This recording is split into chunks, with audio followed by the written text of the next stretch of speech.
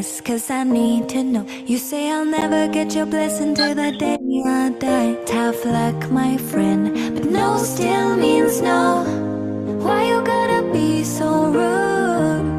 Don't you know I'm human too? Why you gotta be so rude? Oke, karena sudah 5 menit, jadi untuk webinar akan saya buka. Assalamualaikum warahmatullahi wabarakatuh. Salam sejahtera bagi kita semua. Selamat siang teman-teman. Semuanya perkenalkan, semua yang terhormat CEO and founder dari Gentes Corporation yaitu Mas Dimas Bagus Prasetyo. Yang saya hormati juga kepada Ketua Pelaksana Training Online pada siang hari ini yaitu Mbak Fifaida. Dan yang terhormat pada pemateri kita pada siang hari ini yaitu Mbak Sigma Farah. Sebelumnya perkenalkan nama saya Ima, selaku MC akan memandu acara dari awal hingga akhir. Baik, sebelum saya membacakan susunan acara pada siang hari ini, untuk panitia dimohon share presensi terlebih dahulu. Jadi buat teman-teman sekalian, untuk pengisian presensi 2 kali ya teman-teman, di awal dan di akhir acara. Oke, sambil menunggu teman-teman mengisi presensi, saya akan membacakan SOP yang telah ditentukan terlebih dahulu. Untuk yang pertama, yaitu peserta dilarang memberikan meeting ID kepada orang lain selain peserta training online pada siang hari ini. Kedua, peserta diharapkan menggunakan pakaian bebas rapi pada saat training online berlangsung. Ketiga, peserta yang bergabung di Zoom diharapkan mengirim nama dengan format peserta underscore nama. Keempat, peserta diharapkan menyalakan video serta menggunakan virtual background yang telah disediakan oleh panitia selama acara berlangsung. Kelima, pertanyaan dapat diajukan dengan menggunakan fitur raise hand atau mengirimkan pertanyaan di kolom chat Zoom. Keenam, MC berhak mengatur jalannya training online. Tujuh, peserta diwajibkan untuk menonaktifkan mikrofon selama sesi materi berlangsung, kecuali telah dipersilakan oleh MC ataupun pemateri. Kedelapan, sesi kedua akan dibagikan di akhir acara. Baik, untuk selanjutnya saya akan membacakan serangkaian acara pada siang hari ini. Untuk acara yang pertama yaitu pembukaan. Untuk acara yang kedua adalah menyanyikan lagu Indonesia Raya. Untuk acara yang ketiga pemaparan materi oleh narasumber. Untuk acara keempat sesi tanya jawab, dan untuk acara yang terakhir yaitu pengisian sesi kedua dan penutupan. Oke, langsung saja kita buka acara ini dengan berdoa menurut agama dan keyakinan kita masing-masing. Berdoa dapat dipersilakan. Tidak ada kata cukup dalam berdoa. Baik, untuk selanjutnya yaitu kita memasuki ke acara yang kedua, yaitu menyanyikan lagu Indonesia Raya. Kepada seluruh peserta diharapkan menempatkan posisi yang sopan, dan kepada panitia yang bertugas saya persilahkan untuk share screen.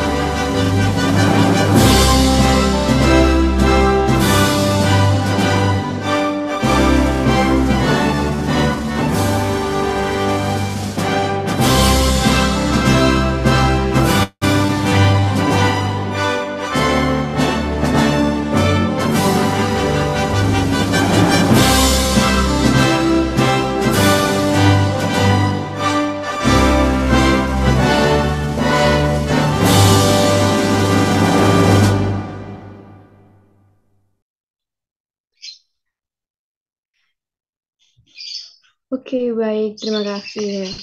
Nah, selanjutnya kita memasuki ke acara yang ketiga, yaitu pemaparan materi oleh narasumber. Nah, gimana teman-teman? Udah pada siap untuk masuk ke acara inti? Pastinya sudah ya, karena pemateri kita kali itu keren banget ya teman-teman. Oh ya, buat teman-teman semuanya, diharapkan aktif ya, karena di akhir acara nanti akan ada door prize ya, gratis voucher tiket nonton untuk peserta teraktif. Nah, jangan sia-siakan kesempatan emas ini teman-teman. Oke, berhubung pemateri kita sudah ada di Zoom, kita bisa sapa terlebih dahulu. Oke, halo Mbak Sigma, selamat siang. Halo, siang Mbak. Apa suaraku terdengar kah? Udah terdengar? Oke. Baik, terima kasih. Gimana nih kabarnya Mbak Sigma pada siang hari ini? Alhamdulillah sehat. Alhamdulillah sehat ya Mbak Sigma ya. Oke, dari Mbak Sigma sendiri sudah siap untuk memberikan materi kepada teman-teman? Insya Allah udah siap Ima. Oke, sudah siap karena Mbak Sigma sudah siap untuk memberikan materi dan sepertinya teman-teman udah nggak sabar juga nih buat dapetin materi dari Mbak Sigma. Tanpa lama-lama lagi langsung saja kita masuk ke acara inti kita, yaitu pemaparan materi oleh Mbak Sigma dengan durasi waktu pemaparan materi kurang lebih 1 jam 30 menit. Kepada Mbak Sigma, saya persilahkan. Baik, terima kasih atas kesempatannya. Saya izin untuk share screen terlebih dahulu.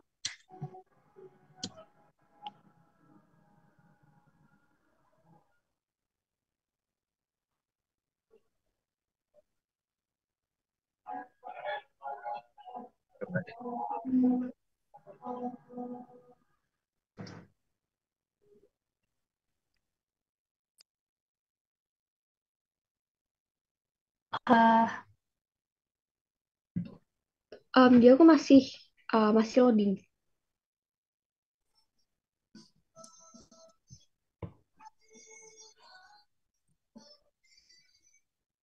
Mohon maaf ini, uh, sepertinya ada kendala sebentar. Iya,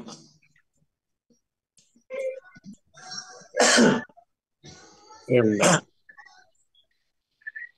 Apa sudah terlihat ya? Sudah di PPT-nya. Sudah ke Iya, sudah Kak, sudah kelihatan. Oke, Sudah terlihat, baik, Bu. terima kasih. Baik, Sudah, terima Bu. kasih. Ya. Siap, sudah terlihat. Baik, terima kasih. Saya mulai saya mulai materinya. Assalamualaikum warahmatullahi wabarakatuh. Selamat siang teman-teman semua. Alhamdulillah di jam-jam rawan siang seperti ini, teman-teman masih semangat dan menyempatkan diri buat ikutan belajar bersama. Pada siang hari ini, saya mendapatkan kesempatan dari Dentek untuk sharing dan belajar bersama teman-teman semua tentang fatigue management atau kita kenal dengan kelelahan kerja. Nah, sebelum masuk ke materi, izinkanlah saya untuk memperkenalkan diri terlebih dahulu. Ini adalah short profile saya. Saat ini, saya adalah seorang mahasiswa tingkat akhir Teknik Keselamatan dan Kesehatan Kerja Politeknik Perkapalan Negeri Surabaya, angkatan tahun 2020. Saya memiliki experience sebagai HSSE intern di Pertamina EP Cepu, Regional 4 Zona 11, Field Cepu, kurang lebih selama 5 bulan. Dan HSSE intern di Pertamina International EP, kurang lebih selama 4 bulan. Dan sebagai graphic design intern di Fleetnik Safety, perusahaan jasa ketiga di Surabaya.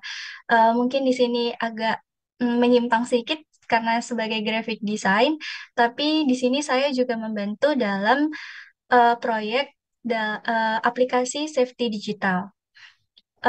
Dan training-training yang pernah saya ikuti yaitu ada safety induction dan safety briefing training dari Himateka 3 PPNS dan kemudian ada safety officer program dari PT Eksagama Merapi Sertifikasi, ada Integrated Management System ISO 19001, 14001, dan 45001 dari PT Pythagoras Global Duta. Lalu kemudian ada Awareness K3 Migas dari PT Eksagama Merapi Sertifikasi dan Incident Command System Training dari DRSC Universitas Indonesia.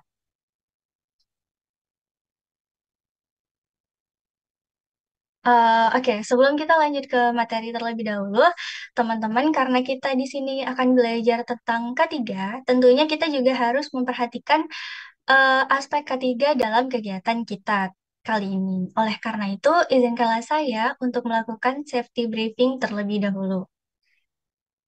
Pertama-tama, pastikan tempat dan lingkungan yang sedang teman-teman tempati aman dan nyaman, serta tidak dalam kondisi berkendara atau aktivitas lain yang membutuhkan konsentrasi.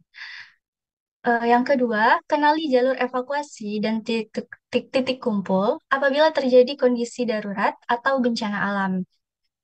Meskipun teman-teman sedang di rumah, pastikan teman-teman mengetahui jalur terdekat untuk mengamankan diri dalam keadaan darurat. Lalu yang selanjutnya adalah atur posisi tubuh agar nyaman dan ergonomis. Pastikan jarak tempat duduk dengan device berada pada jarak yang cukup. Yang keempat, pastikan sistem kelistrikan, stop kontak, laptop atau handphone, serta alat-alat elektronik lainnya dalam keadaan yang aman. Yang kelima, pastikan jaringan internet lancar, kuota cukup, dan berhati-hatilah dengan keamanan data pribadi teman-teman semua. Yang keenam, untuk menghindari kelelahan, lakukan hal-hal sebagai berikut. Permisi Istirahat Kak Sigma. dari layar. Ini emang di PPT-nya masih di slide short profile ya? Oh ya, benar, karena belum lanjut ke materi. Oh ya, mohon maaf. Oke. Baik, saya lanjut terlebih dahulu. Eh, Untuk menghindari kelelahan, lakukan hal-hal sebagai berikut, yaitu istirahat mata dari layar dengan melihat benda lain atau menutup mata selama beberapa detik setiap 30 menit menatap layar. Bila perlu, gunakan kacamata anti radiasi, lakukan peregangan pada tubuh agar tetap menjaga kebugaran, dan jangan lupa teman-teman untuk menyediakan air minum agar tetap terhidrasi selama jalannya acara. Oke, demikian safety briefing atau petunjuk keselamatan untuk mengikuti kegiatan online kita pada siang hari ini. Mungkin cukup dari safety briefing dan perkenalannya, mari kita lanjut ke materi. Nah, sebelum kita membahas lebih jauh tentang fatigue, teman-teman mungkin sudah ada yang familiar. Apa sih fatigue itu? Nah, fatigue ini berasal dari bahasa Latin, yaitu fatigare, yang artinya cukup, atau dalam bahasa Prancis, futugue, yaitu untuk menjelaskan kondisi kelelahan kurang tenaga setelah bekerja. Nah, kelelahan merupakan respon alami tubuh terhadap penggunaan energi yang berlebihan atau kurangnya pemulihan yang cukup.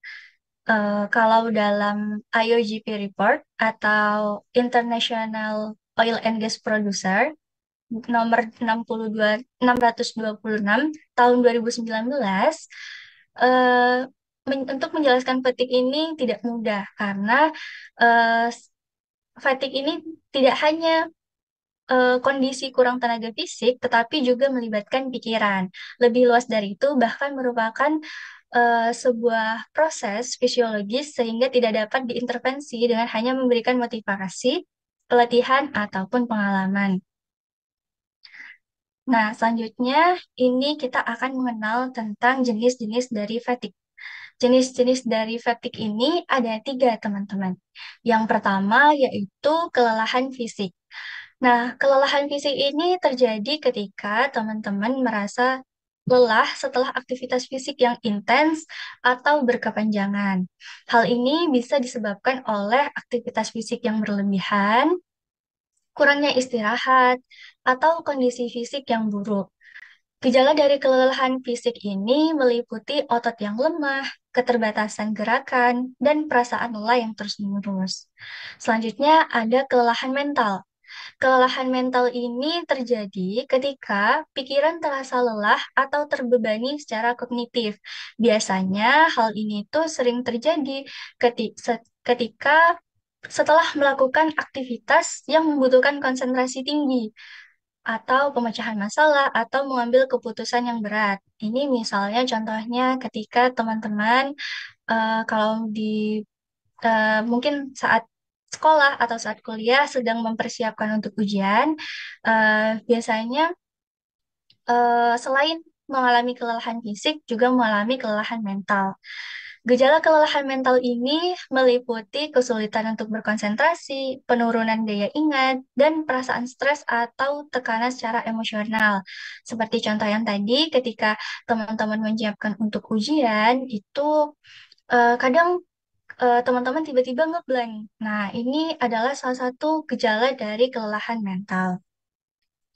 Lalu yang ketiga adalah kelelahan emosional. Nah, kalau kelelahan emosional ini terjadi ketika seseorang merasa terkuras secara emosionalnya akibat tekanan, stres, atau beban emosional yang berlebihan. Biasanya ini terjadi pada pekerjaan yang membutuhkan interaksi sosial yang intens, seperti pekerjaan-pekerjaan di bidang kesehatan atau layanan pelanggan. Karena pada pekerjaan-pekerjaan itu biasanya teman-teman harus berinteraksi dengan banyak orang dan juga banyak dengan berbagai macam jenis orang yang ditemui. Gejala kelelahan emosional ini meliputi penurunan motivasi, perasaan cemas atau depresi, dan kesulitan untuk mengatur emosi. Nah, dari ketiga jenis kelelahan ini sering kali terkait dan dapat saling mempengaruhi. Misalnya, ketika kelelahan fisik yang berat, ini dapat menyebabkan penurunan konsentrasi dan peningkatan stres emosional. Atau contoh lainnya, ketika stres emosional yang berlebihan dapat menyebabkan kelelahan mental yang mendalam. Nah, dengan memahami jenis-jenis kelelahan ini, diharapkan dapat membantu teman-teman semua untuk mengidentifikasi gejala dan menentukan strategi manajemen fatigue ini dengan tepat. Selanjutnya, nah, kelelahan ini juga dibagi menjadi dua. Ada kelelahan akut dan kelelahan kronik. Apa sih kelelahan akut dan kelelahan kronik ini? Kelelahan akut ini adalah kelelahan yang dirasakan setelah periode yang lama dari tekanan fisik dan mental, termasuk usaha otot yang berat, imobilitas, beban kerja mental yang berat, tekanan emosional yang kuat, monoton, dan kurang tidur. Lalu kalau kelelahan kronik ini, apabila kelelahan akut yang dialami secara terus-menerus dalam jangka waktu yang lama dan tidak ada pemulihan atau pemulihannya kurang memadai, maka kelelahan tersebut akan berkembang menjadi kelelahan kronis.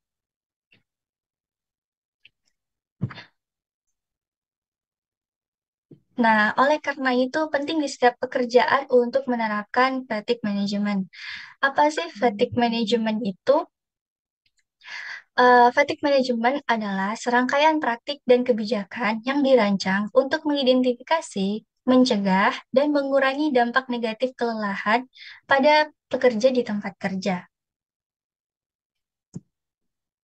Nah, ini kenapa fatigue management itu penting? Ini adalah beberapa alasan pentingnya dari fatigue management. Yang pertama, yaitu terkait dengan keselamatan dan kesehatan pekerja. Nah, kelelahan ini dapat menyebabkan penurunan kewaspadaan dan kinerja, serta meningkatkan risiko kecelakaan dan cedera di tempat kerja. Hal ini dikarenakan biasanya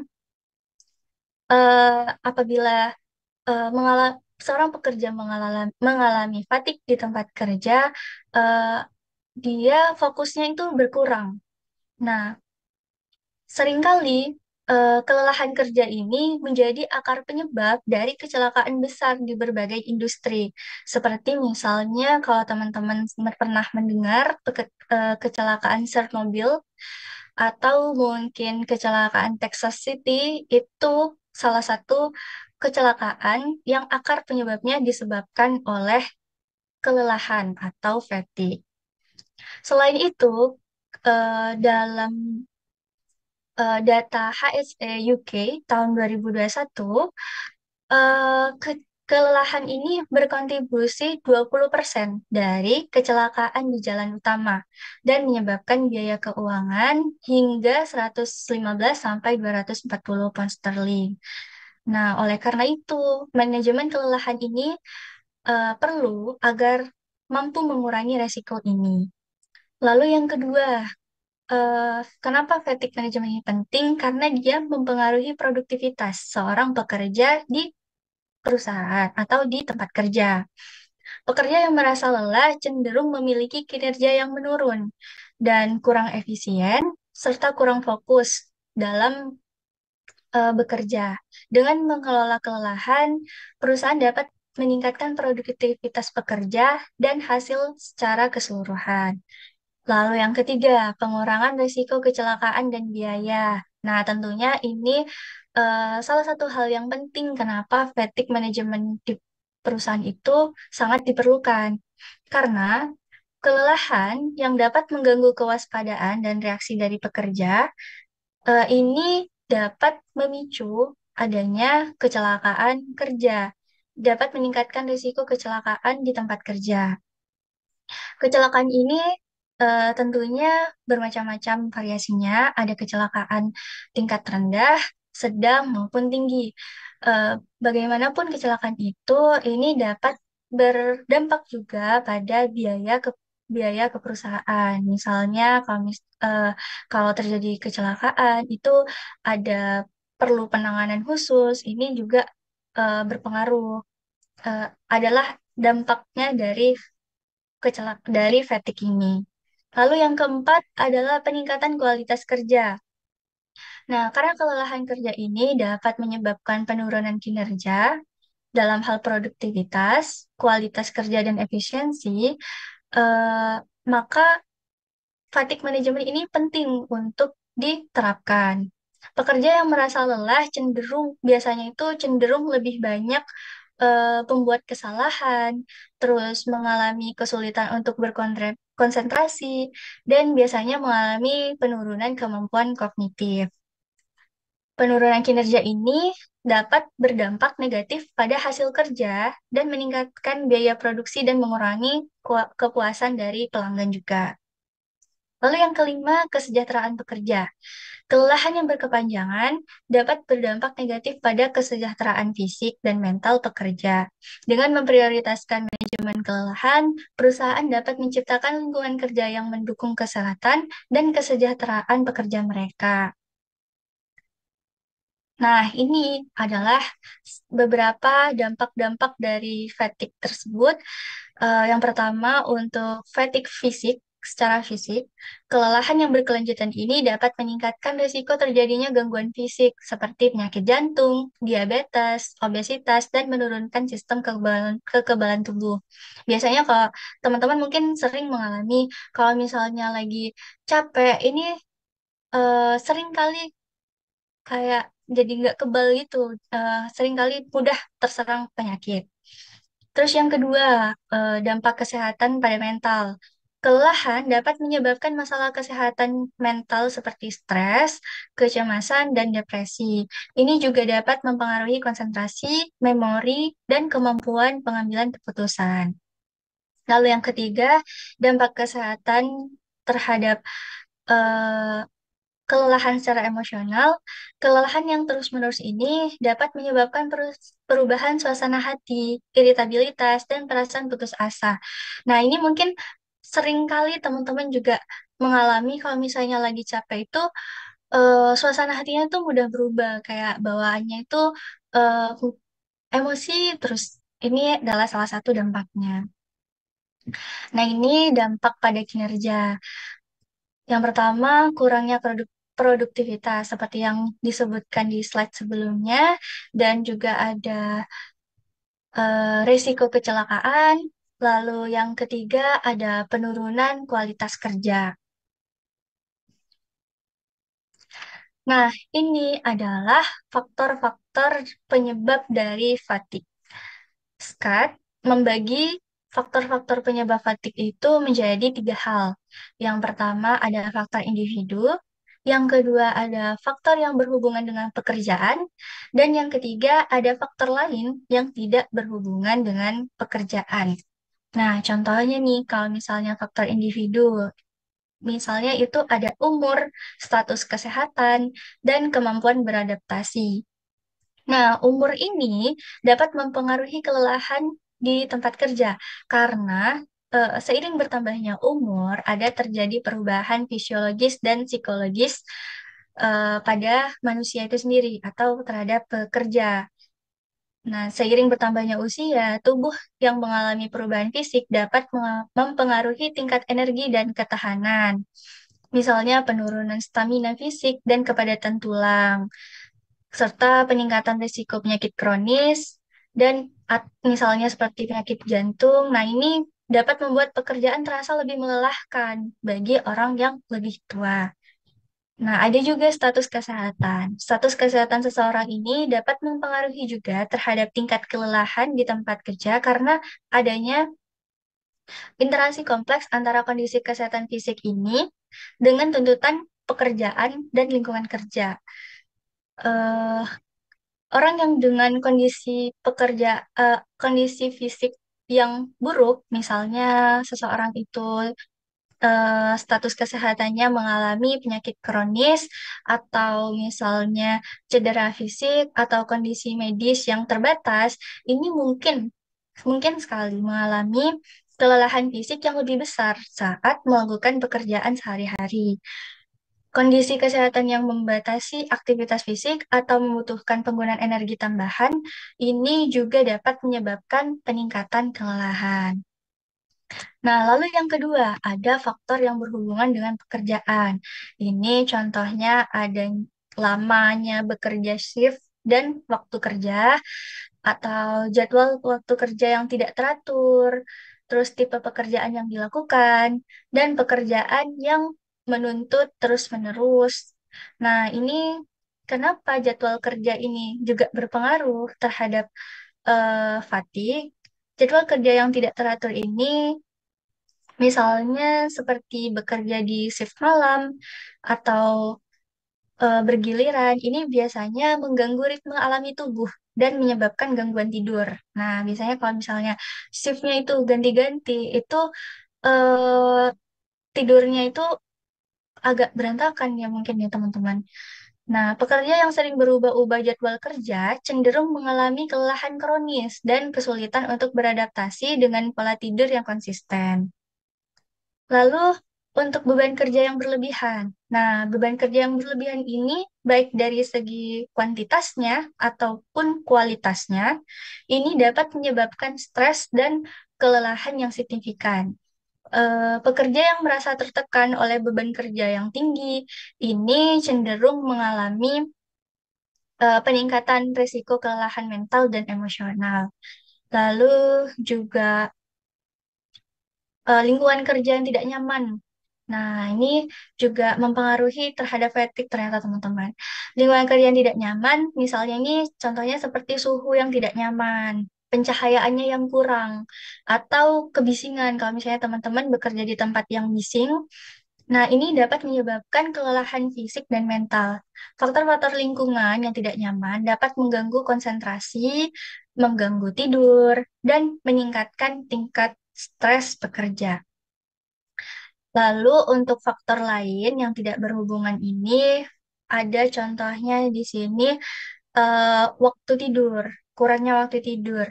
Nah, tidur ini sangat penting teman-teman untuk fatigue.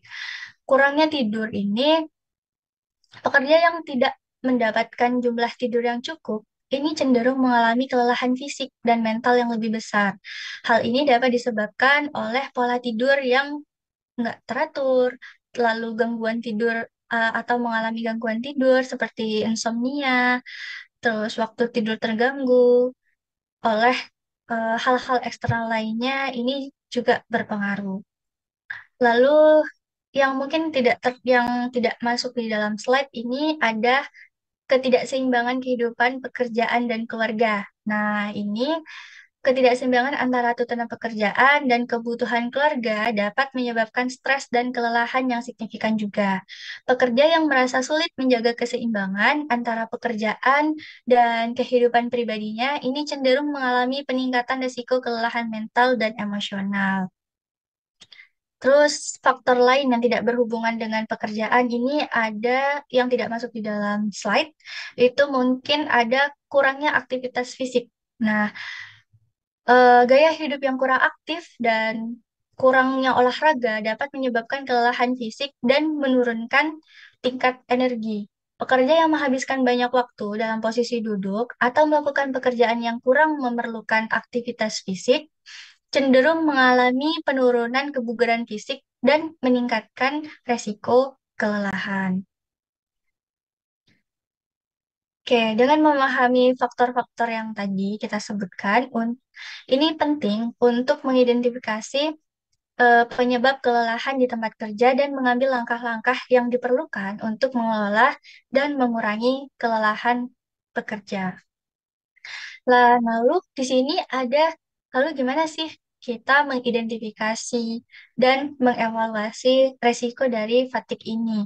Yang pertama, di sini ada mengenali tanda-tanda kelelahan pada pekerja. Nah, di sini memberikan pelatihan kepada eh, manajer atau supervisor tentang tanda-tanda kelelahan fisik, mental, dan emosional. Biasanya kalau di perusahaan itu, eh, contoh di perusahaan yang sempat aku magang kemarin, itu ada namanya daily check up. Nah, daily check up ini ditujukan untuk eh, mengecek setiap hari, terutama khususnya yang dicek waktu itu tuh adalah driver. Nah, ini untuk mengenali tanda-tanda kelelahan pada pekerja. Biasanya diukur eh, tensinya, terus ditanya berapa lama waktu tidurnya kemarin, seperti itu. Nah, beberapa tanda-tanda kelelahan ini meliputi penurunan kinerja, lalu keterlambatan dalam pengambilan keputusan, perubahan perilaku, penurunan motivasi, dan kesalahan yang lebih sering terjadi. Nah, kalau misalnya sudah terlihat nih, ada seorang pekerja yang mengalami penurunan kinerja, sudah terlihat lelah, itu dapat dilakukan namanya stop work authority atau pemberhentian sementara dari pekerjaan tersebut. Lalu yang kedua ada menganalisis risiko kelelahan di tempat kerja. Nah, ini dengan caranya dengan melakukan penilaian risiko kelelahan di tempat kerja dengan mengidentifikasi pekerjaan atau situasi yang memiliki potensi untuk menyebabkan kelelahan, menganalisis faktor-faktor seperti jadwal kerja, beban kerja, lingkungan kerja, dan faktor-faktor personal yang dapat meningkatkan resiko kecelakaan.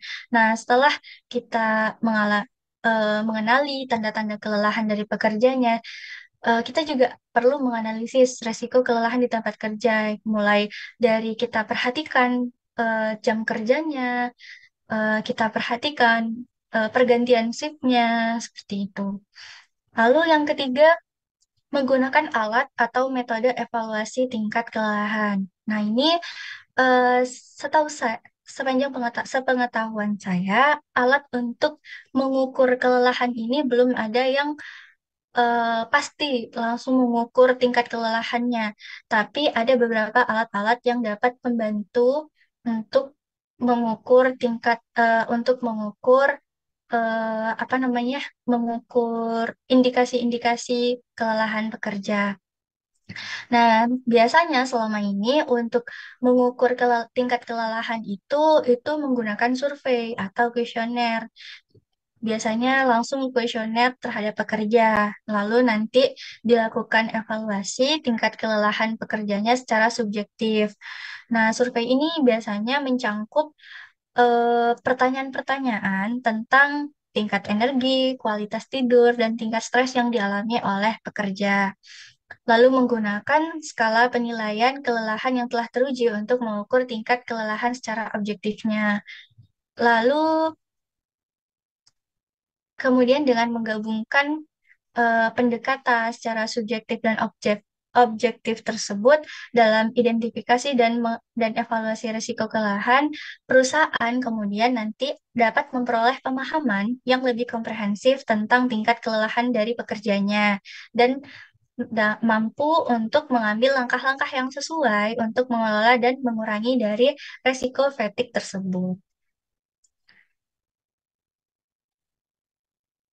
Nah, di sini ada instrumen untuk pengukur fatigue. Nah, seperti yang saya sebutkan tadi, biasanya untuk mengukur fatigue tersebut sejauh ini kebanyakan melalui kuesioner-kuesioner. Nah, ini adalah salah satu instrumen kuesionernya untuk mengukur fatigue. Yang pertama ada Industrial Fatigue Research Committee.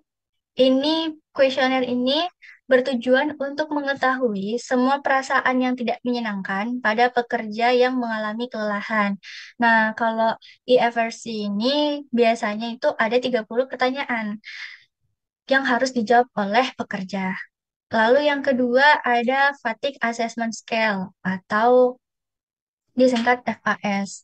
Nah, ini adalah kuesioner yang digunakan sebagai pengukuran kelelahan. Ini ada sekitar 10 pertanyaan. Lalu yang ketiga ada Occupational Fatigue Exhaustion Recovery atau OFER. Nah, ini kuesioner ini mengukur kelelahan pekerja yang terdiri dari 15 pertanyaan. Nah, setelah kita belajar tentang fatigue tadi, ini adalah beberapa cara yang dapat kita lakukan dalam kehidupan kita sehari-hari untuk mengurangi fatigue.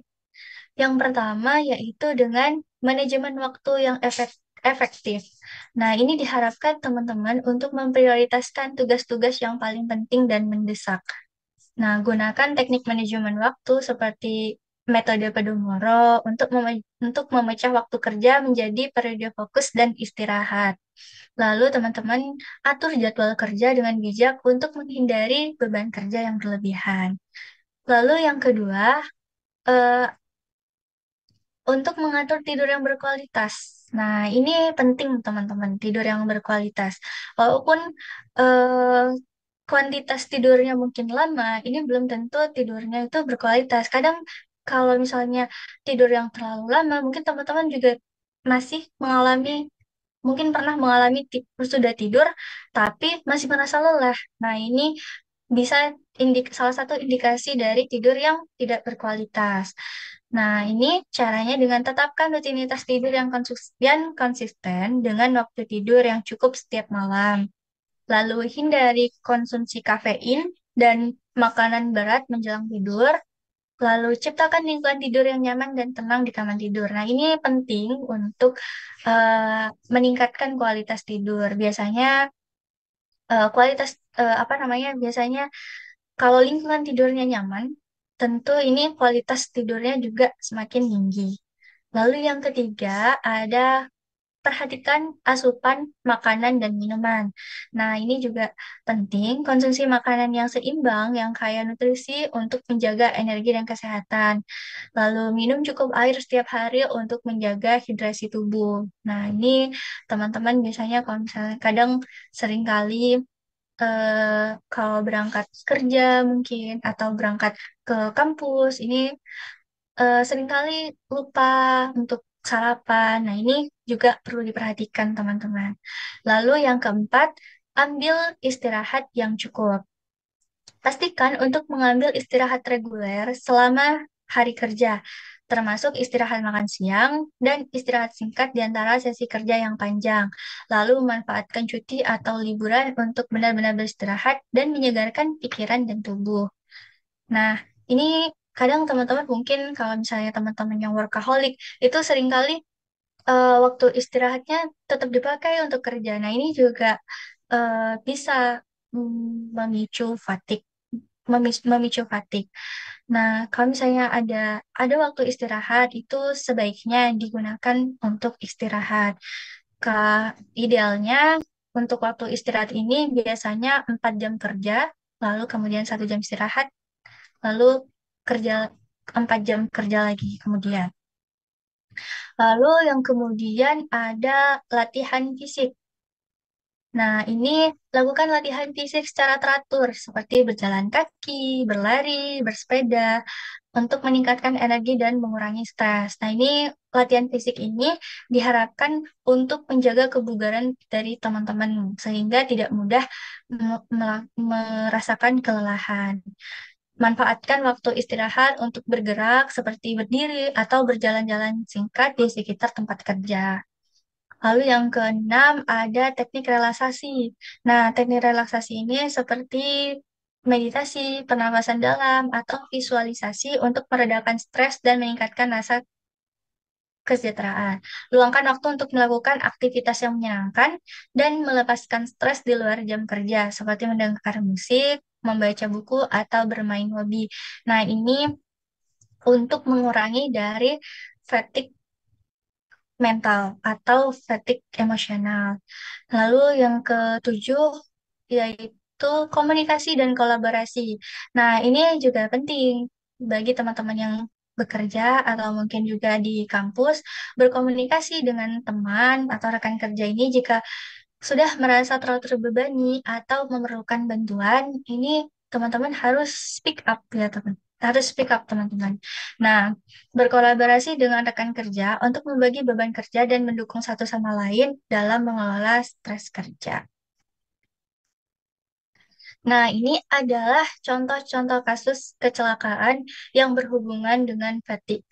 Ini yang pertama, ada kecelakaan kilang di BP, Texas City tahun 2005. Kecelakaan ini tuh menewaskan 15 orang dan melukai 180 orang dan mengakibatkan kerugian finansial melebihi 3,4 miliar US dollar. Nah, ini berdasarkan hasil investigasi dari CSB menemukan bahwa para pekerja mengalami kurang tidur. Beberapa dari mereka itu harus bekerja secara overtime karena terjadi pengurangan pekerja. Nah, selanjutnya ada kecelakaan lainnya yaitu kecelakaan Three Miles Island. Ini di Pennsylvania, Amerika Serikat. Nah, ini ceritanya terdapat sebuah reaktor nuklir yang besar yang akhirnya bocor karena kecelakaan yang harusnya bisa waktu itu dihindari. Waktu itu ada sebuah katup terbuka di bagian non-nuklir, lalu akhirnya bocoran tersebut menjadikan pencairan inti di beberapa unit. Eh, Hal ini menjadi kecelakaan terpenting dalam sejarah industri nuklir waktu itu karena gas radioaktif yang bocor ini cukup banyak, meski kandungan yang berbahayanya eh, meskipun kandungan yang berbahaya nggak tidak cukup banyak. Nah, penyebabnya adalah kesalahan dari operator yang memperburuk situasi. Ini sebuah katup yang harusnya terbuka dan menutup otomatis untuk melepas tekanan agar agar reaktornya itu tetap dingin, ternyata tidak menutup. Di ruang kontrol tertulis bahwa katup tersebut menutup. Namun, ketika seharusnya kru menangani situasi ini dengan baik, inti reaktor ini sudah meleleh. Karena hal ini, limbah radiasi belum bersih meskipun telah dibersihkan selama 12 tahun. Dan juga menghabiskan biaya mencapai 1 miliar dolar. Nah, ini adalah salah satu contoh dari fatigue management checklist. Ini adalah pengalaman saya yang kemarin pernah mengikuti sebuah event dari salah satu perusahaan jasa ketiga, yaitu Flitmix, yang saat ini saya menjadi intern di sana. Ini melakukan fatigue management kepada pengemudi saat Idul Fitri, saat sedang musim Idul Fitri. Nah, di sini di situ ada beberapa skor-skor, ada beberapa nilai dan beberapa pertanyaan. Pertanyaan-pertanyaan itu yang pertama itu ada yang ditanyakan adalah lama waktu tidur selama 24 jam terakhir. Nah, itu mempengaruhi. Nah, semakin banyak waktu tidurnya, itu nilainya semakin sedikit. Nah, ini juga ada yang ditanyakan itu ada faktor-faktor kesehatan seperti mengkonsumsi obat, itu juga menjadi indikasi untuk mengukur fatigue ini. Nah, eh, dari penilaian tersebut, kemudian ditotal jumlahnya. Untuk pengemudi yang mengalami lebih dari yang mendapatkan skor nilainya itu lebih dari 10, lebih atau sama dengan 10 ke atas itu sudah termasuk high risk. Nah, itu sudah dapat dilakukan stop work authority atau pemberhentian. Jadi pengemudi tersebut dilarang untuk mengemudi karena dapat membahayakan. Mungkin sekian materi dari saya. Kurang lebihnya mohon maaf. Saya kembalikan kepada saya kembalikan kepada MC. Oke, terima kasih banyak atas pemaparan materi yang telah diberikan oleh Mbak Sigma Farah. Oke, Mbak Sigma, berarti untuk materi udah selesai, kita bisa langsung masuk ke sesi tanya jawab ya, Mbak Sigma ya? Siap, Oke, bisa. baik. Oke, teman-teman, selanjutnya kita memasuki ke acara sesi tanya jawab. Jadi buat teman-teman ada pertanyaan untuk materi hari ini bisa langsung untuk resen atau mengirimkan pertanyaannya di kolom chat Zoom. Nah, seperti yang aku katakan di awal, bahasanya untuk peserta interaktif pada sesi saja berlangsung dengan resen, on cam serta on mic akan mendapatkan kesempatan untuk menjadi peserta gratis voucher tiket nonton. Oke, jangan sia-siakan kesempatan Mas ini ya, teman-teman. Untuk yang ada pertanyaan, buat materi hari ini bisa langsung untuk resen. Terima kasih. Oke, ini ada yang resen nih Mbak Sigma. Ini ada Mas Demas Prayoga. Saya persilakan untuk Mas Demas untuk on mic. Oke, selamat siang, Mbak.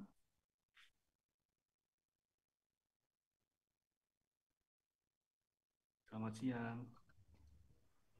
Oke, halo Mas Dimas. Mas Demas, suaranya masih belum terdengar ya?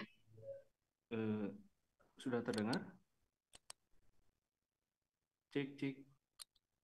Dari Mbak Sigma, apakah mendengar suaranya Mas Demas? Jadi aku juga belum terdengar suaranya. Ya, Mas Demas, mohon maaf ini nggak ada suaranya. Cek, cek. Suaranya ya? Masih belum ada suaranya, Mas.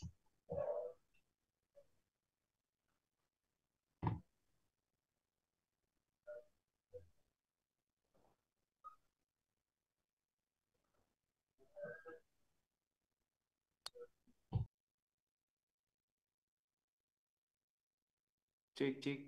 Suaranya terdengar? Halo, Mbak. Yuk, kedengaran Pak, kedengaran. Oke. Iya, sudah kedengaran, Pak. Selamat siang, Mbak.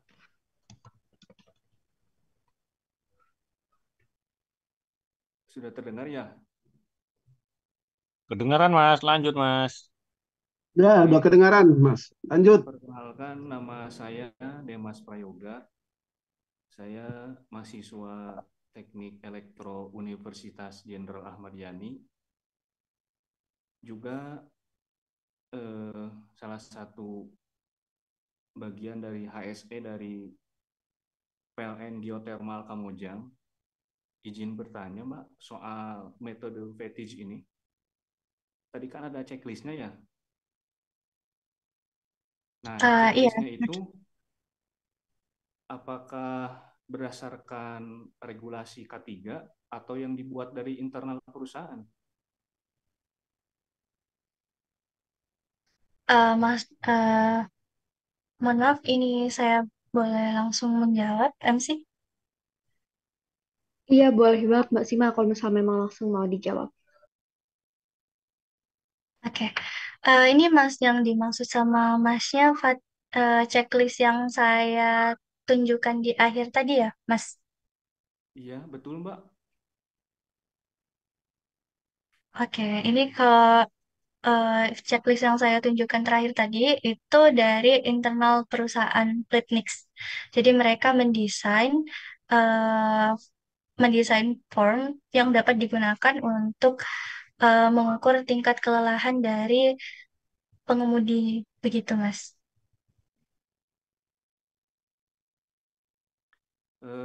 Boleh ditanggapi?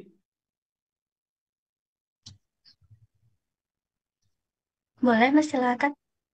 Kalau semisal aku mau buat di perusahaan tempat aku kerja sekarang nih, apakah itu ada poin-poin khususnya nggak? Misalkan dari apa nih, driver checklistnya ini, terus karyawan checklistnya ini. Soalnya kalau di checklist izin kerja pun kan kita harus melampirkan ini Mbak, apa namanya?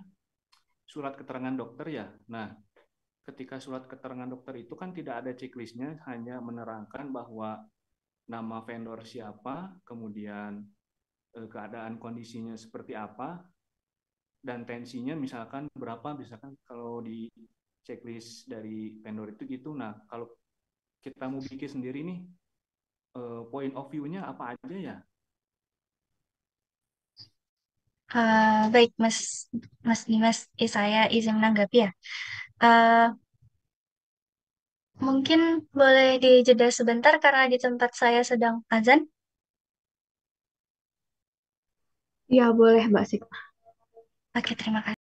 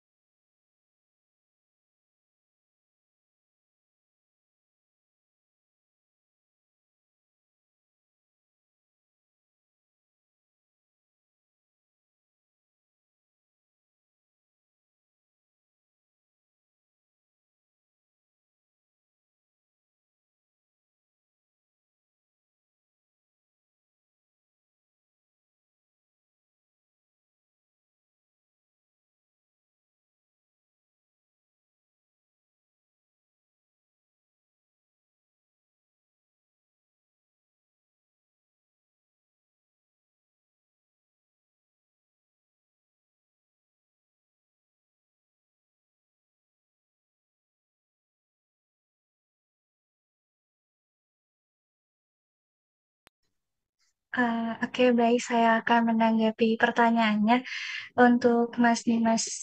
Eh, ini berdasarkan sepengetahuan saya dari pengalaman magang saya ya, Mas. Biasanya itu memang kalau untuk mengatur, maksudnya untuk mengukur tingkat kelelahan pekerja itu biasanya yang sejauh ini itu biasanya berdasarkan dari check up atau tadi yang Mas Dimas sebutkan dokter ya Mas, dari keterangan dokter gitu kan ya Mas. Nah itu biasanya tuh meliputi ada tensi, ada tensi darah, terus juga biasanya itu menanyakan konsumsi obat dalam jangka dekat itu. Nah, itu juga termasuk ini sudah termasuk ke dalam apa namanya? Sudah termasuk dalam pengelolaan dari fatigue. Nah, itu kalau misalnya Mas mau membuat checklistnya, itu tergantung dari SOP, dari prosedur dari perusahaan dari Masnya. Nah, seperti itu. Kalau misalnya memang diperlukan untuk membuat checklist seperti itu dikembalikan lagi kepada perusahaannya. Tapi sejauh ini, kalau misalnya seperti pengecekan daily check up seperti itu sudah termasuk ke dalam pengecekan dari fatigue itu sendiri. Gitu, Mas. Mungkin eh, apa tanggapan saya mungkin kurang, boleh ditanggapi kembali. Sementara cukup Mbak, nanti saya coba lihat lagi dokumen dari untuk checklistnya di kantor pusat, barangkali untuk pengendalian resikonya ada, nanti saya akan coba terapkan untuk daily check up ya. Soalnya kalau yang daily check up di kita sih ketika ada pekerjaannya, tidak setiap hari, kecuali di luar pekerjaan itu ada vendor tertentu yang di check up oleh perusahaannya masing-masing. Nah, biasanya kita hanya melihat hasilnya aja, nggak di check up di kita gitu. Dan yang rutin sih yang tahunan itu ya, yang check up tahunan. Jadi di situ kan kelihatan ada riwayat penyakit apa aja gitu. Oke, terima kasih Mas Igma. Siap, Mas Yoga. Mungkin saya boleh menanggapi sedikit, Mas. Oh, silakan. Eh, Lalu dari check up tersebut, itu apa ada dilakukan tindakan lebih lanjutnya gitu, Mas? Mungkin setelah mengetahui check up dari hasil check up-nya itu. Kalau di kita sih misalkan ada riwayat penyakit yang misalkan mengganggu pekerjaan untuk skup tertentu ya, apalagi daerah confined space kan itu hanya satu pintu keluar masuknya dan juga kurangnya oksigen, itu Hmm. tidak berkenakan bekerja gitu. Nah, ketika Hmm. dulu kan masih apa namanya, masih musim-musimnya COVID tuh. Nah, yang nggak punya sertifikat vaksin nggak boleh kerja. Terus ya itu sih dari kita tindak lanjutnya bekerja atau pulang gitu. Kalau yang Oh, iya. memang oke bekerja silahkan. Kalau yang enggak ya kita nggak bisa lanjutkan. Jadi istilahnya yang tadi loh Mbak yang disampaikan stop authority gitu. Iya, benar, Mas. Terima kasih, Mas. Iya, benar. Dari beberapa pengalaman saya yang juga dari pengalaman orang-orang yang saya tahu juga biasanya di tempat kerja ada di suatu tempat kerja itu saya tidak bisa menyebutkan tempatnya itu biasanya setiap melakukan pekerjaan itu dilakukan cek terlebih dahulu seperti eh, sudah lama waktu tidur waktu hari itu di malam itu terus kalau misalnya dia kurang dari 5 jam itu dilakukan stop work authority karena juga bisa memungkinkan untuk terjadinya kurang fokus itu biasanya kalau misalnya perusahaan-perusahaan yang high risk misalnya perusahaan tambang nah itu kalau misalnya masalah jam tidur itu tuh rawan sekali itu Mas. Makasih Mas atas tanggapannya. Oke, sambil menambahin boleh dikit Mbak. Oh iya, boleh, Mas. Tadi kan ada yang checklist itu loh metode yang 3 poin. Kita harus Ya, ngambil data dari hasil survei gitu ya. Nah, ya. seringkali karyawan itu kan nggak mau ngisi survei ya karena malas, karena lelah juga gitu ya. Nah, kalau sepengalaman aku sih selama di HSE K3 gitu ya. Jadi kita tuh ada yang namanya safety officer, terus ada yang namanya juga asisten manajernya juga gitu kan. Ada yang namanya juga senior HSE gitu. Nah, kalau aku tuh misalkan ada pekerjaan apa-apa, safety officer tuh bertugas untuk keliling unit gitu Mbak. Nah, ketika teman-teman nggak mau ngisi survei itu, Gue mau ke motor. jadi kita tuh kelilingnya tuh lihat kondisi karyawannya, oh ini kayaknya lelah, kita kasih apa namanya effort nih, masih bisa kerja nggak, kalau nggak ya udah kita saranin untuk ya stop authority itu. Jadi kalau yang survei itu menurut data oke, tapi kita butuh yang namanya apa bekerja di lapangan itu ya aktif gitu loh. Jadi metodenya yang berdasarkan data dan juga keaktifan di lapangan. Makasih. Ya, terima kasih Mas Dimas atas tambahannya.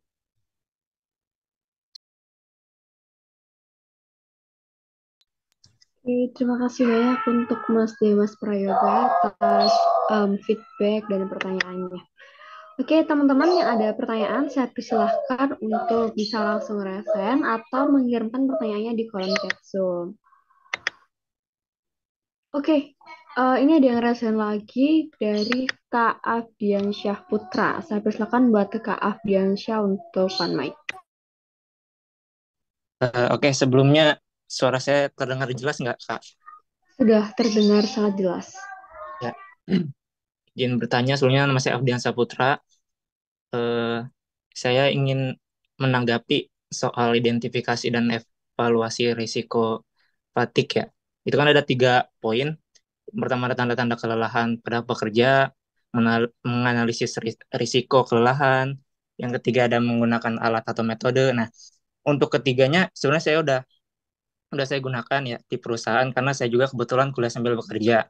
Nah, untuk ketiga poin itu sudah saya implementasikan di tempat bekerja saya dengan kasus tempat bekerja yang tidak ergonomis dengan 2 metode sekaligus, yaitu kalau bisa saya sebutkan body Nordic Map dan Rula. Nah, masalah yang terjadi ketika saya ingin mengajukan penelitian tersebut, akan tetapi atasan saya yang tidak mau tersaingi dengan temuan yang saya miliki. Nah, pertanyaan saya, bagaimana cara menyikapi atasan seperti atasan saya itu tersebut agar setiap kita punya temuan atau improvement khususnya tentang ketiga seperti ini dapat terrealisasikan dengan kasus atasan yang seperti saya sebutkan tadi. Terima kasih.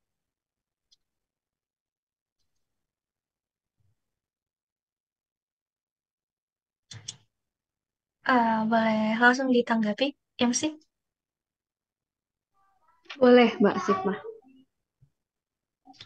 Oke, terima kasih atas pertanyaannya, Mas Ardiansyah. Ini memang realitinya memang susahnya di situ di HSSE kan, Mas. Seringkali kita menemukan apa namanya menemukan temuan, tapi dari atasan kita ini tidak menanggapi, tidak ada tindak tindak lanjutnya atau tidak mau menerima dari teman tersebut.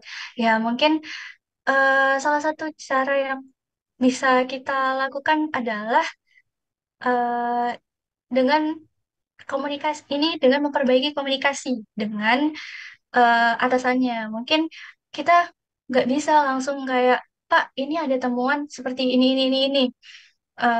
Kita harus melakukan perbaikan seperti ini, Pak, gitu. Nah, ini mungkin perlu pendekatan secara persuasif mungkin, Mas. Nah, pendekatan itu eh, nggak hanya ketika sedang bekerja, mungkin Masnya juga bisa sambil ketika sedang ngobrol santai dengan atasannya, atau mungkin ketika momen-momen tertentu. Nah, itu memang susahnya di situ sih, Mas. Saya sering kali mendengar kasus-kasus seperti itu. Nah, dan salah satu caranya ya adalah melakukan persuasi dengan atasan tersebut. Nah, mungkin memang dari setiap temuan yang kita temukan di lapangan itu belum tentu bisa dilakukan actionnya, belum tentu bisa dilakukan perbaikannya. Nah, itu karena juga ada banyak pertimbangan mungkin dari atasannya juga.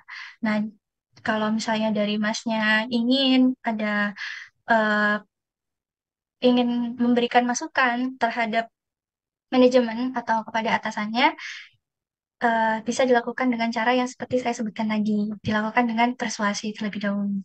Gitu mungkin Mas jawaban dari saya. Oke, terima kasih Kak. Berarti yang harus di garis bawah itu melakukan persuasi ya Pak? Ya Kak. Iya, Ya, benar Mas. baik. Terima kasih Kak. Mungkin ini Mas, saya ingin menambahkan sedikit. Nah, kalau misalnya ini temuannya ini masih bisa diperbaiki secara apa ya namanya? Kalau misalnya temuannya itu eh, terkait dengan perilaku dari pekerjanya, ini mungkin Masnya juga sambil persuasi dari pekerjanya juga. Jadi nggak langsung ke atasannya gitu, Mas. Mungkin itu tambahan dari saya sedikit. Mohon maaf kalau misalnya kurang menjawab.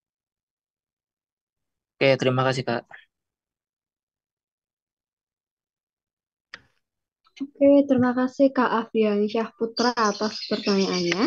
Kita bergeser ke pertanyaan selanjutnya nih, Mbak Sigma. Ini ada pertanyaan di kolom Q&A. Ini ada dari KM Alfilayalin.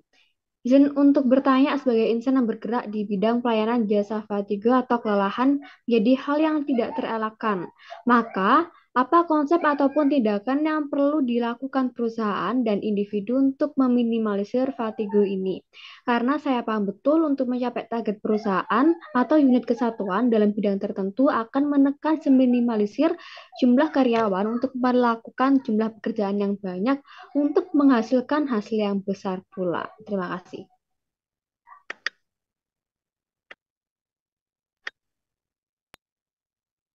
Baik, terima kasih atas pertanyaannya.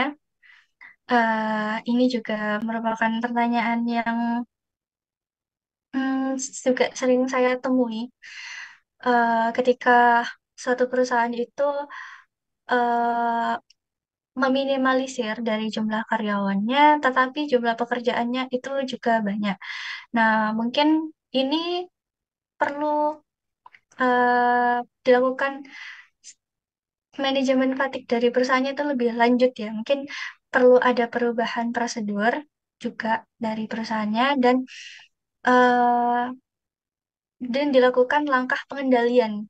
Nah, ini kalau misalnya sudah terjadi ditemukan adanya kasus fatigue nih misalnya, ditemukan fatigue itu dilanjutkan ke pengendalian. Pengendalian ini balik lagi ke apa namanya? Balik lagi ke lima lima tahap pengendalian. Itu ada eliminasi, substitusi, rekayasa teknik, administrasi, dan APD. Nah, ini nanti kalau misalnya terkait fatigue ini, umumnya itu pengendaliannya itu terkait administrasi. Nah, mungkin di salah satu yang bisa saya contohkan itu dilakukan sistem shift. Nah, sistem shift-nya ini mungkin diatur sedemikian rupa sehingga dari apa dari pekerjaannya ini juga bisa mengurangi dari fatigue yang dialami oleh pekerja tersebut. Nah, dan selain itu juga dari penanganan fatigue ini juga selain dari perusahaan juga ada dari pekerjaannya itu sendiri. Nah, kalau misalnya dari perusahaan tidak memumpuni untuk menyediakan program untuk mengurangi fatigue atau atau ketentuan dari perusahaannya itu kurang. Nah, ini adalah tugasnya dari eh, pekerja itu sendiri yang untuk bisa mengatur bagaimana caranya untuk mengurangi fatigue tersebut. Seperti beberapa cara yang saya sebutkan di slide tadi, yaitu dengan mengatur jam tidurnya, dengan melakukan aktivitas fisik agar badannya menjadi lebih bugar, dan mengusahakan untuk eh, tidur yang lebih berkualitas. Nah, karena tidur yang lebih berkualitas ini juga tidak hanya tergantung dengan kuantitasnya saja gitu. Mungkin Asal-asal aja. mungkin itu yang dapat saya jawab. Mungkin ada tanggapan dari Alfilayalin.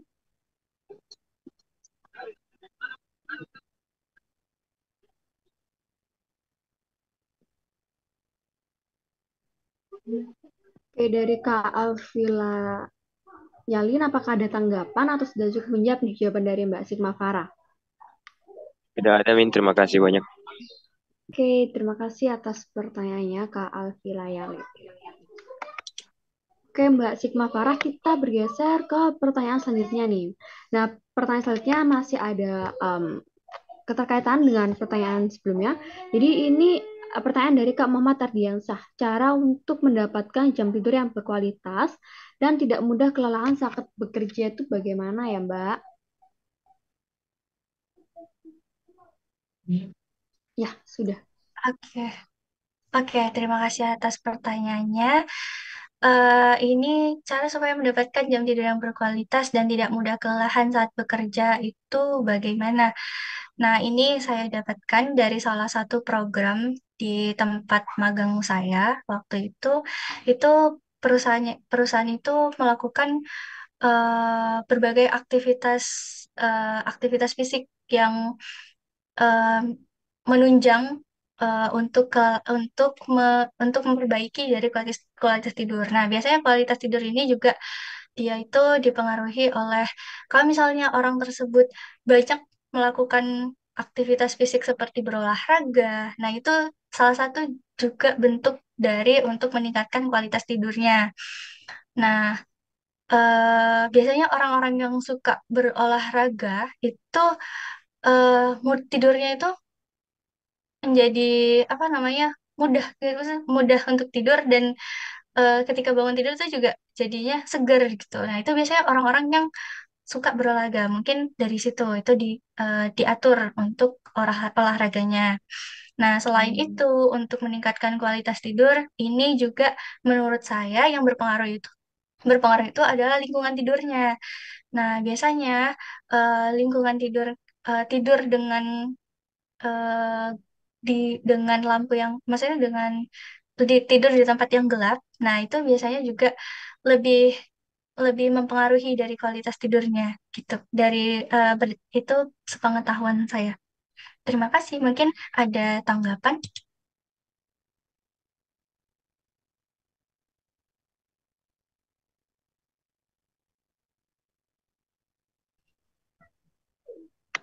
Oke, dari siapa ya, Muat? Ardiansa ya? Apakah ada tanggapan atau ada feedback?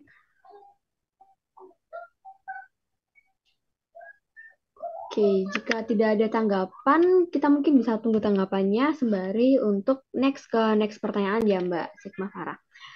Ini ada pertanyaan dari Kak Arnold Gibran Marcelino dari Universitas Patimura Teknik Industri. Kak sama bertanya, jadi ketika bekerja kita sudah mengetahui bahwasannya aturan K3 sudah diharuskan agar selalu diterapkan dan kita pun tahu bahwa kejadian-kejadian tak terduga bisa saja mengakibatkan cedera pada seseorang. Jadi, Kak, apabila resiko tak terduga itu sendiri terjadi pada seseorang jika mengabaikan aturan K3 tersebut, apakah dalam hal ini cedera tak terduga tersebut ini mengacu pada pengecekan yang kurang teliti sehingga mengakibatkan dampak pada pekerja mengalami cedera tak terduga? Balik lagi, Kak, contoh yang tadi Kakak paparkan, bahkan hal kecil pun atau kondisi terduga pun bisa mengakibatkan dampak yang sangat besar. Kurang lebih seperti itu pertanyaannya Mbak Sigma Farah. Oke, terima kasih atas pertanyaannya dari Arnold Gibran. Ini mungkin eh, pemahamanku mungkin di sini pengecekan yang kurang teliti dari misalnya seperti dari supervisor gitu ya mungkin ya yang dimaksud. Nah, Iya, kalau misalnya oh ya, oke, mungkin ini ya apa namanya eh, mengacu pada pengecekan yang kurang teliti sehingga mengikat dampak pada pekerjaan. Nah, ini sebenarnya eh, belum tentu, maksudnya belum tentu karena pengecekan yang kurang teliti. Karena juga biasanya dalam satu perusahaan itu eh, terkait pekerja dari HSE-nya itu terkadang juga tidak memadai gitu. Maksudnya eh, saya pernah mendengar dari pengalaman dari salah satu cutting saya itu eh, satu perusahaan yang memiliki banyak mesin, tetapi saat apa namanya high sales officer-nya itu cuma satu. Nah, ini tuh juga eh, keter ya bisa dibilang keterbatasan juga ya. Ini bisa dibilang keterbatasan juga. Tapi adalah gimana caranya dari supervisor itu juga bisa mengatur dengan dengan memanfaatkan dari pekerja itu sendiri. Jadi eh, tidak hanya itu, maksudnya tanggung jawab itu tidak hanya terhadap HSE-nya saja, tapi juga kepada pekerjanya. Nah, ini dengan salah satu caranya adalah dengan memastikan bahwa eh, setiap pekerja memahami prosedur untuk prosedur pekerjaan yang mereka lakukan. Nah, itu salah satu contohnya. Begitu jawaban dari saya. Mungkin kurang menjawab, bisa ditanggapi. Oh iya, baik Kak, sudah jelas Kak. Saya cuma menanyakan itu saja Kak. Baik, terima kasih atas pertanyaannya. Oke, terima kasih Kak atas pertanyaannya. Kita bergeser ke pertanyaan selanjutnya nih. Kebetulan ada yang resen Mbak Sigma Farah. Langsung saja kita persilakan buat Kak Anissa Hairani untuk mic.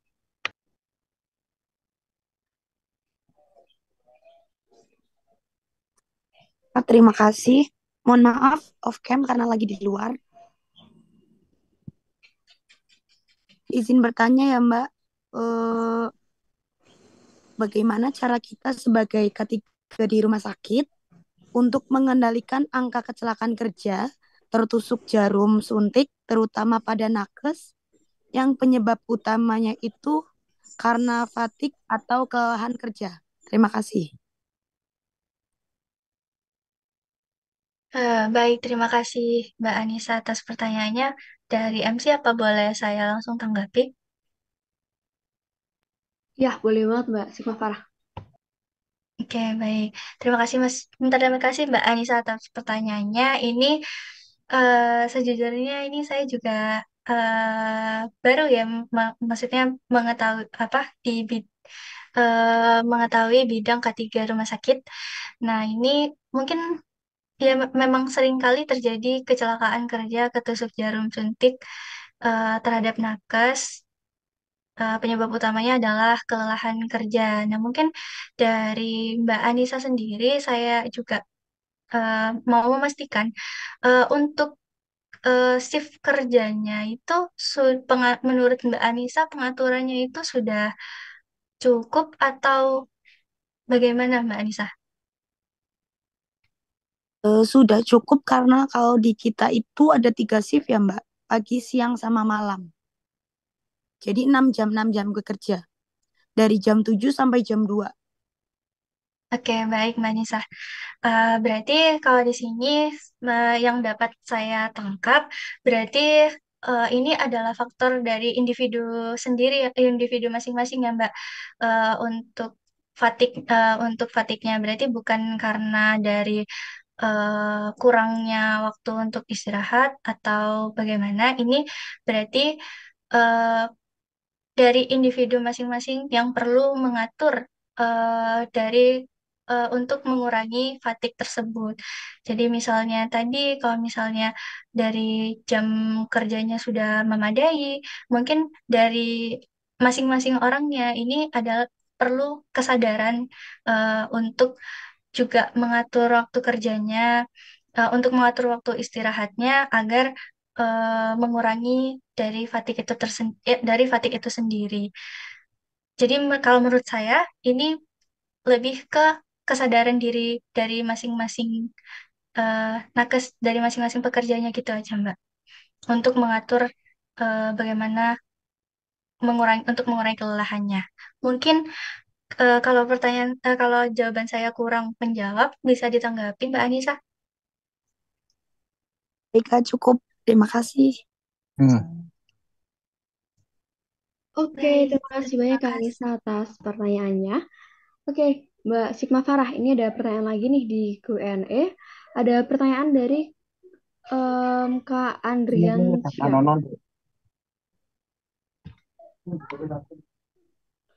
Ini pertanyaannya adalah, secara umum bagaimana mengaplikasikan K3 khususnya fatigue pada kegiatan atau proyek di lapangan, seperti untuk kegiatan survei karena kegiatan dilakukan full berdasarkan hari kalender. Cara bagaimana mengaplikasikan K3 khususnya fatigue pada kegiatan ke lapangan. Oke, baik. Terima kasih atas eh, atas atas pertanyaannya. Ini mengaplikasikan K3 ya mungkin ya. Nah, ini mungkin kembali lagi pada pengendalian fatigue di perusahaannya masing-masing. Nah, kalau misalnya pada kegiatan proyek di lapangan yang kegiatannya itu dilakukan full berdasarkan hari kalender, itu dari perusahaannya mungkin harusnya menyediakan asupan nutrisi yang cukup juga. Lalu itu juga perlu lalu itu juga eh, lalu itu juga mungkin di eh, melakukan pengaturan pengaturan pengaturan hari kerja. Kalau misalnya dilakukan full hari kalender ini maksudnya masuk mungkin saya kurang paham di bagian kegiatan dilakukan full hari kalender. Mungkin boleh ditanggapi terlebih dahulu. Ini kalau full dilakukan hari kalender itu maksudnya bagaimana ya? Izin Kak Sigit. Ya, Kalau silahkan. full hari kalender maksudnya dari Senin sampai Minggu gitu, Kak Sigma. Oh, oke. Baik. Eh itu ini ada ini ya, Mas. Maksudnya ada waktunya. Kalau misalnya eh 4 minggu kerja, 1 minggu libur gitu, Mas. Ada Hmm, waktu seperti itu nggak ya, Mas? Ada sih ini apa ya kayak project misalnya project dikerjakan selama 4 bulan kayak gitu kan. Mm-mm, mm-mm. Jadi nggak ada libur sih Kak. Oh, itu berarti terus Iya. menerus 4 bulan itu, Mas. Terus menerus 4 bulan kayak gitu. Oh, oke. Ini saya juga baru, ini jujur saya baru mendengar yang seperti ini ya, Mas. Ya, soalnya biasanya yang saya ketahui itu kalau misalnya ada project yang panjang seperti itu ada pengaturan waktunya. Misalnya seperti kakak saya itu 4 minggu kerja, 1 minggu libur. Nah, biasanya ada pengaturan waktu seperti itu.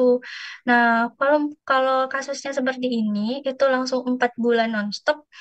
Nah, itu perlu dikaji. Menurut saya itu perlu dikaji lagi terkait penerapan ketiganya. Karena eh misal itu ada waktu, maksudnya ada waktu batas kemampuan dari masing-masing pekerja juga kan, Mas. Nah, kalau misalnya seperti yang kakak saya itu, kalau misalnya dia bekerja di offshore, itu 1 bulan di offshore itu sudah lebih dari 1 bulan, itu sudah enggak, itu sudah, maksudnya sudah tidak layak untuk bekerja. Itu sudah dari emosionalnya juga sudah terganggu, dari fatigue fisiknya juga sudah mungkin sudah cukup tinggi. Mungkin perlu dikaji lagi te- eh, kalau misalnya tentang waktu kerjanya. Nah, kalau misalnya untuk pengaplikasian eh, fatigue di apa namanya pada pengendalian yang lain. Nah, pengendalian pengendalian itu yang saya sebutkan tadi ada 5, ada eliminasi, substitusi, rekayasa teknik, terus yang keempat ada administrasi, dan yang kelima adalah APD. Nah, mungkin dari eh, kemungkinan kalau menurut saya fatigue ini lebih ke pengendalian administrasi ya. Nah, itu mungkin bisa diatur jam istirahatnya. Mungkin kalau misalnya dilakukan full seperti itu harus memenuhi juga seperti yang saya contohkan tadi, misalnya 4 jam kerja, 1 jam istirahat. Tapi itu juga menurut saya tetap harus ada jeda waktu untuk libur, jadi nggak nonstop 4 bulan. Seperti itu. Terus mungkin ada pengendalian secara engineering. Nah, ini mungkin dengan memanfaatkan eh, teknologi seperti mesin-mesin seperti itu. Itu untuk pengaplikasian K3-nya di untuk proyek di lapangan. Begitu, Mas. Mungkin kurang jawaban saya kurang menjawab, bisa ditanggapi, Mas Andriansyah. Sudah cukup, Kak Farah. Terima kasih atas jawabannya. Terima kasih atas pertanyaannya juga, Mas. Oke, terima kasih atas pertanyaannya Kak Andriansa. Kita bergeser ke pertanyaan selanjutnya yang ada di kolom Q&A ya Mbak Sigma Farah. Ini ada pertanyaan dari Kak Tri Prasetyo.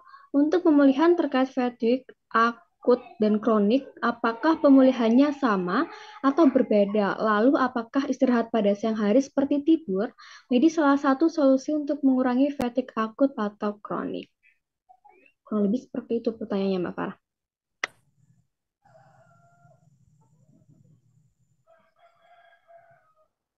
Baik, terima kasih atas pertanyaannya. Pemulihan terkait fatigue akut dan kronik, apakah pemulihannya sama atau berbeda?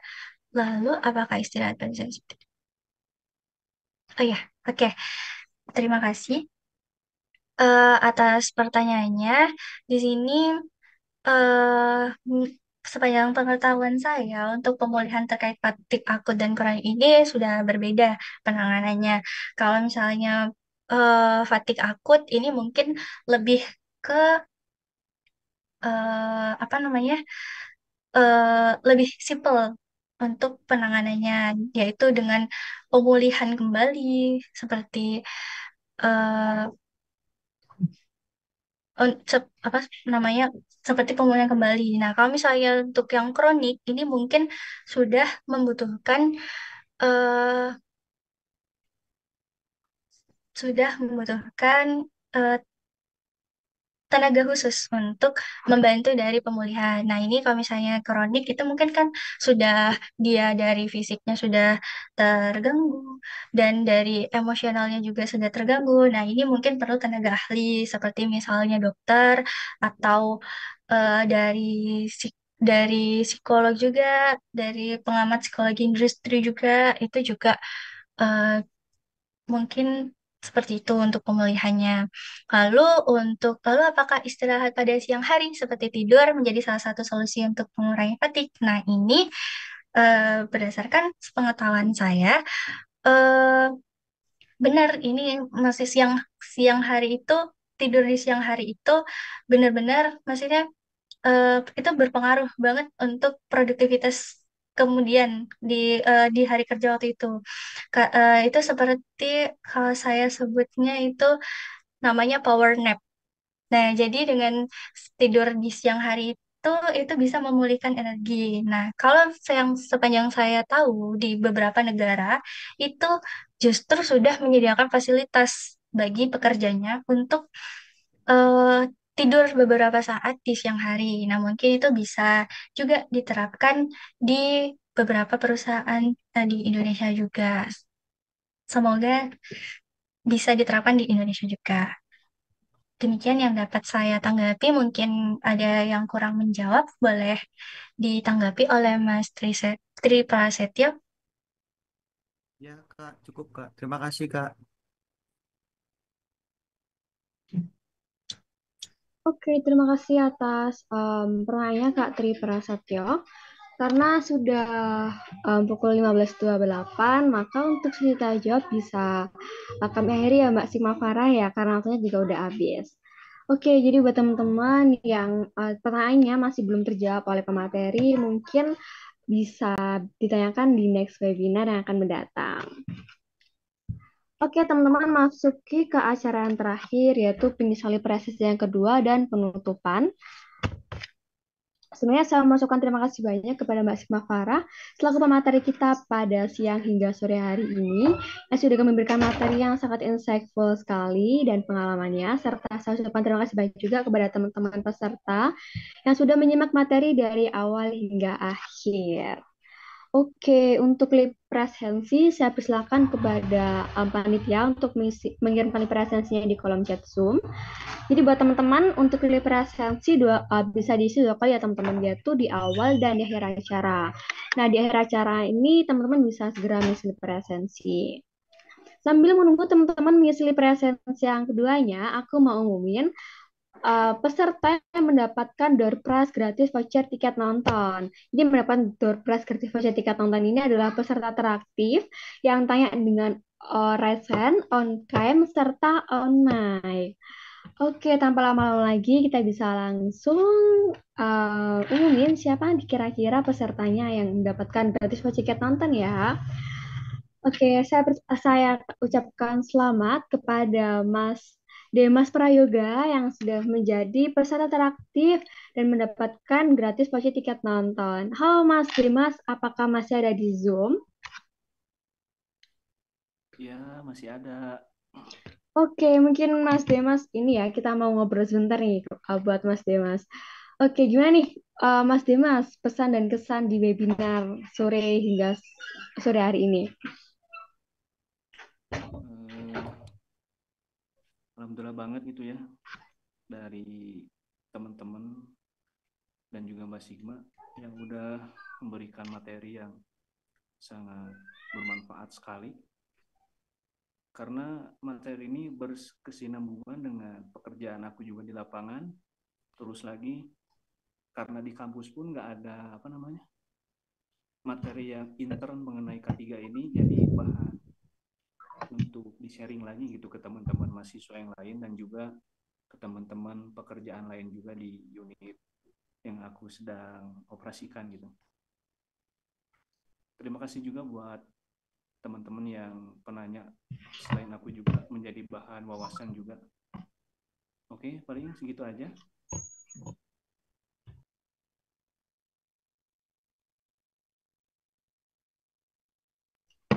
Oke, terima kasih Mas Demas atas pesan dan kesannya. Saya ucapkan sekali lagi selamat buat Mas Demas yang mendapatkan gratis voucher tiket nonton. Buat Mas Demas bisa menghubungi panitia ya.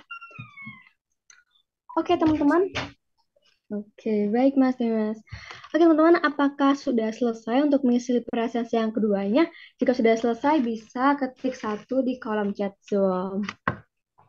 Biar aku bisa tahu nih kira-kira sudah banyak nggak sih yang udah selesai ngirim atau ngisi presensinya. Oke, sepertinya teman-teman masih masih proses buat mengisi presensi yang terakhir ya. Oke. Oke, terima kasih juga Mbak Sigma Farah. Oke teman-teman, sambil menunggu teman-teman mengisi presensi yang kedua, saya akan menutup webinar pada siang hingga sore hari ini. Saya mewakili panitia yang bertugas menyampaikan mohon maaf apabila ada kesalahan kata dan perbuatan. Kami akan mengucapkan terima kasih. Wassalamualaikum warahmatullahi wabarakatuh. Sampai jumpa lagi teman-teman. See you. Terima kasih Mbak Sigma Farah. Jika ada keperluan bisa leave Zoom.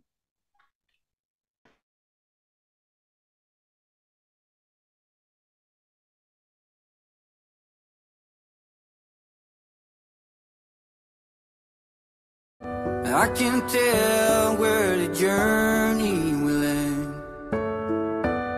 but I know where to start. They tell me I'm too young to understand. They say I'm caught up in